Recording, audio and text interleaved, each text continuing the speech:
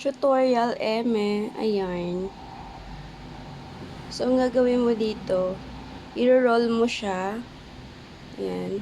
1, 2, 3, 4, 5, 6. So, yung ginawa ko, 1, 2, 3, 4, 5, 6. Kasi, ang gusto ko, 5 lang yung petals. Tapos, ito, iaangat ko. Tapos, ayan, 1, 2, 3, 4, 5. May 5 pa, diba? Idikit mo lang siya na ganyan. Tapos, itong nakaangat, iusog mo siya dito sa baba. Magiging ganyan. So, 5 pa rin to. Tapos, ito, iikot mo to. Ayan, ikot mo lang. Kahit isang ikot lang or dalawa. Okay na yon. Tapos, tatanggalin mo to ngayon.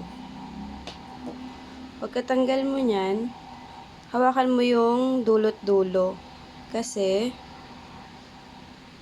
itong mahaba, itong isa, ipapasok mo dito sa gitna.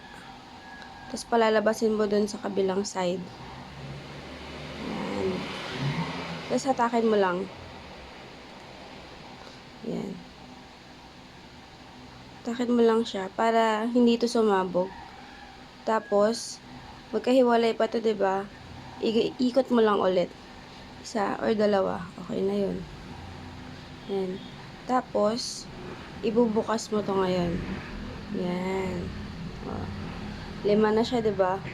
1, 2, 3, 4, 5. Tapos, ipipinch mo siya ng ganito. Yung gilid-gilid niya, ipipinch mo ng ganyan. Tapos, iikot mo ng paganito. Yan. Ganun lang din sa iba. Pwede pa punta sa kabila. Okay lang din. Yan. Tapos, ito naman. Pinch mo lang. Parang ibubukas mo lang siya as petal.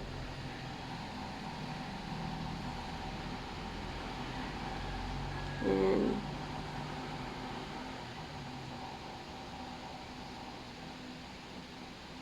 Ayan na. Para na siyang flower, diba? Iayos mo lang siya. Arrange mo lang. Very light. Ayan. Tapos, itong tutorial ko na to, medyo iba na to. Baka hindi mo to nakikita sa YouTube. Meron na akong nakagupit dito na ganito lang kaliit na size. Ito yung ilalagay ko sa gitna. Normally, kasi may ginagawa silang iba. Pero yung sa akin, ang ginagawa ko, di ba may butas pa to? Yan, sa gitna. Ayan, mga ganyan. Ganyan siya. Di ba? Ako, nilulusot ko siya sa dyan.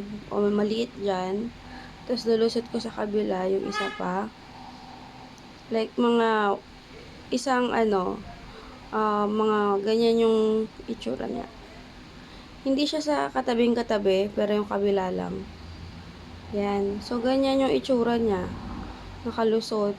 Tapos, yung taas, medyo angat ko yung taas. Yan. Pinch mo lang siya. Malambot naman to. Tapos, ito, iikot ko ng onte para siyang pabilog. Magiging siyang pabilog dito. Yan. Ito, improper to. Ako lang may gawa niyan. O, diba? Flower na siya. Tapos, ginagamit ko lang to pang diin kasi para, safety lang. Para dumiin siya sa ilalim. Ay, putik. Ayan. Pero kung kaya naman na ipipinch mo lang, push. Tapos, ito, iikot mo lang siya dito sa gilid-gilid para kakapit siya. Ayan, may flower ka na. Ako, ginagawa ko kasi, tiga mo, hindi pa siya bilog na bilog, diba? Para talagang magbilog siya. Since dyan natin siya sinut, iniikot ko pa to ulit yung petal. Pag ganyan. Yung mga pinagsuotan ko, iniikot ko pa yung petal niya para hindi lalabas na dun siya sinuot. Yan. O, diba? Bilog na siya. Ayun lang. Flower na siya na maliit.